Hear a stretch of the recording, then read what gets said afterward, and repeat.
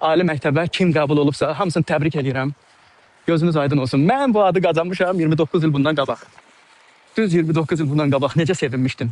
Qaçdım mamamın yanına. Özür mən hər şeyimi birinci anamla paylaşmışam da. Yəni atam, anam, xüsusilə anamla. Çünki anama daha yaxın olmuşuq, anamla daha yaxın olmuşuq. İndi də belədir. Qaçırdım anamın yanına ki, ana qəbul oldum da. Mamam çıxdı, pəncərələr belə açdı. Dayandı belə pəncərənin qırağında, belə pəncərədən başını çıxardı. Bir yuxarı qonşulara, bir sağa, bir sola, bir fəxrlə belə pəncərəni açdı.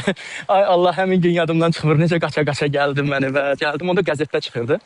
Səhv eləmirəmsə Azərbaycan qəzeti idi, yoxsa xalq qəzeti idi, səhv eləmirəmsə.